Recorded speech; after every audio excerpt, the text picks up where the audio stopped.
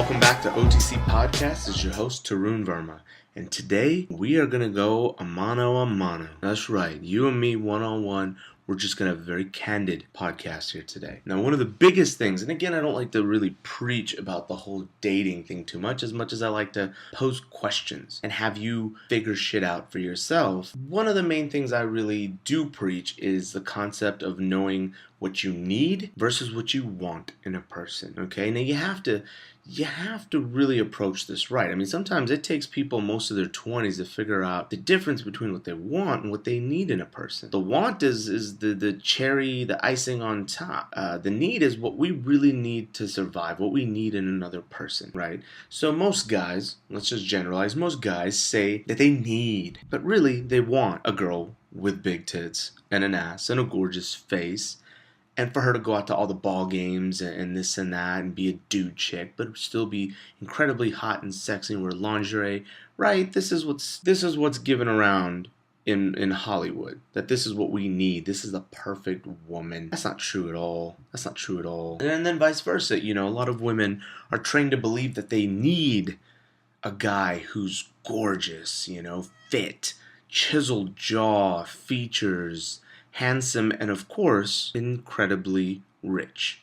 Those aren't needs. Those aren't wants. You have to figure out what you want for yourself. So say, for instance, there's a guy out there who's like, you know what, I'm really family oriented.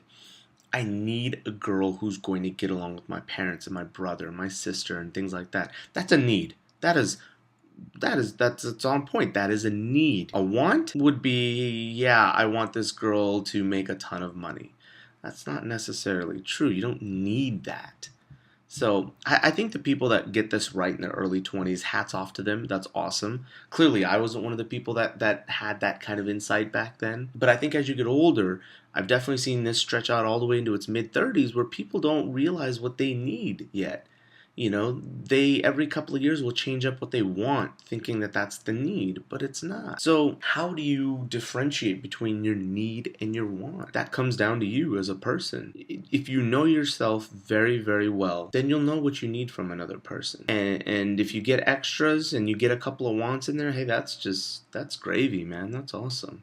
But otherwise, you have to ask yourself what you really want. Are you someone who is a giant go-getter, and at the end of the day, when you come home, you just want someone to just, you know, stick your head on her shoulder and just be like, just comfort me, just, you know, make me feel good. Like I've been out there getting it all day. I just want to come home to a comfort zone. Or are you the type of person that comes home and you want that person to light the fire under you and be like, so what did you do? Oh, I did A, B, and C. And she'd be like, well, you should have done A, B, C, D, and E. How can we make that happen? And those really active, motivated people, those are the kind of life partners that are good for them. So one of the biggest issues with this is growing up, a lot of people think that like perpetuates like.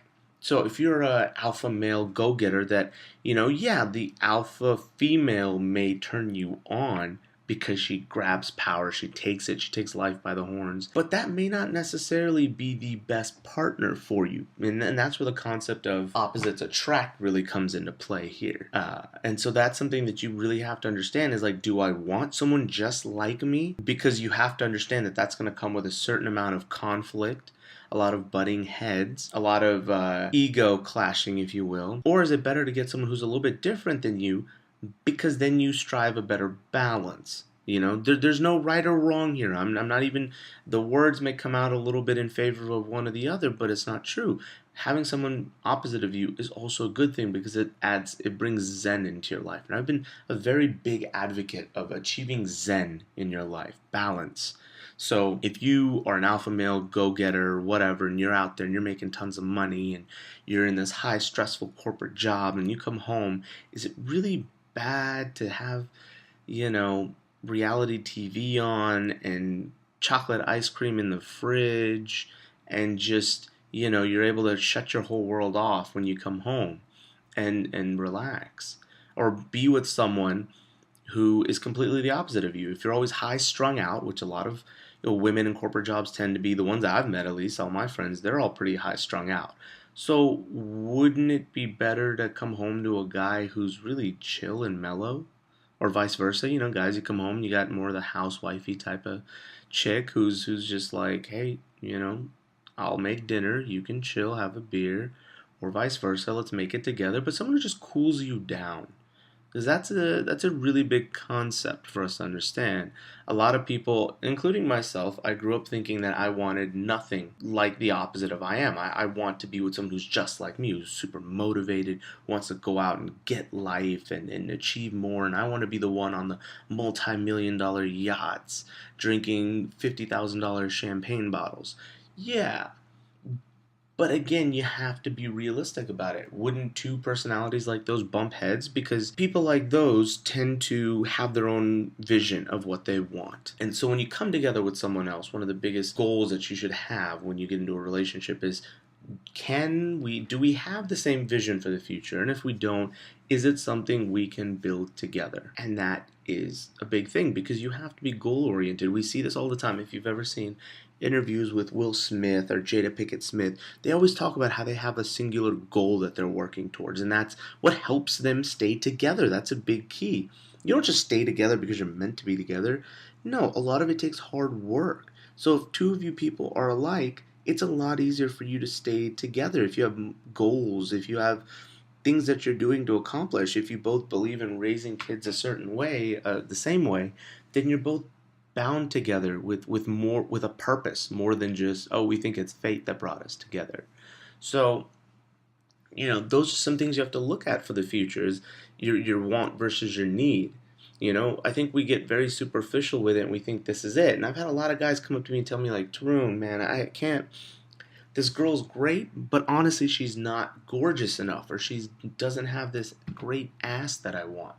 And I'm like, but do you have a singular vision for the future? Yes. Well, my man, you are all fucked up because you're on the right track. That's the biggest thing. If you can build a singular vision with someone, you need that. You don't want it. That's not even a want. The want is the big ass. The need is this sense of purpose when you get married or after you get married. I mean, why are you two together, right? That's the biggest thing. A lot of these couples break up, and the number one thing you have to ask yourself is, did it ever look like they were together? Did they look like a unit? Did they move, talk, and walk like a unit? Or was it just two people who got along pretty decently and everything looked good? So take that into consideration. That's a big, big deal. Need versus want. And this comes down to understanding yourself. And that requires maturity. We all think we want a bunch of things in our 20s. But as you get older, you realize, I don't need that in a person. I don't need this in a person. What I need are C, D, F, and Z. Not all the other superfluous crap I threw in there. And that's what also leads us to be so picky, because we have this want list. I've had a lot of girls in their 30s talk to me and say, Tarun, man, I can't find anybody. And I'm like, well, let's talk about why. Like, what are you looking for? And believe it or not, as you get older, if you don't mature properly, that list ends up growing. Because over time, you should be shedding shit off that list, saying like, oh, you know what's not important, that this person is like this or does this, or he throws his socks whenever he comes home in a corner, and I'm a clean freak, and that grosses me out.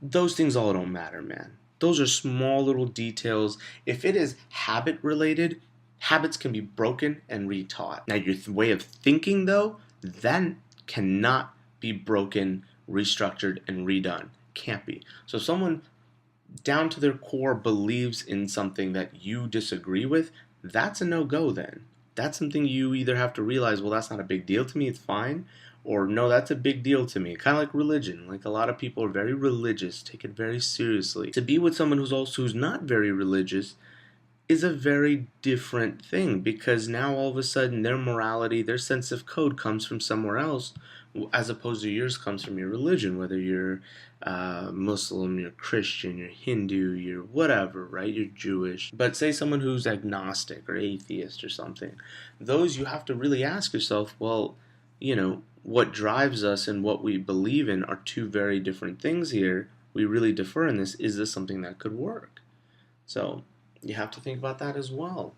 And so these are the things that you have to ask yourself first and know yourself. Is religion a big deal to you? How many kids do you want? How do you want to raise your kids? Are you a big family person? Do you want to have a lot of family around? With family comes a whole set of baggage. I'm sure your family isn't perfect, just like mine.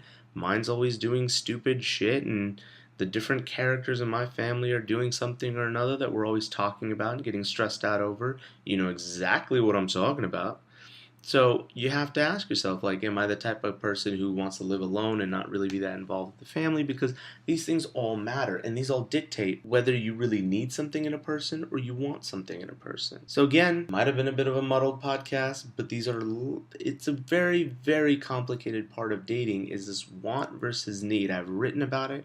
I've talked about it, but really, it's just such a giant Godzilla of a topic that there's so much to talk about in very little time, and it needs to get specialized. I tried to keep it as general as I could, but really it comes down to you as a person. So whenever we do these sort of one-on-one talks in person, I'm able to get a better feel for what you need versus what you want, and that's a much better way to approach this topic.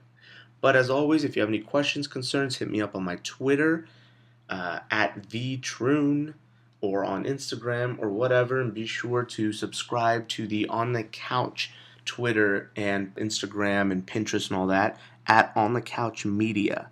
Alright, so this is Tarun signing off, saying, figure your shit out, people. Do you need it or do you want it?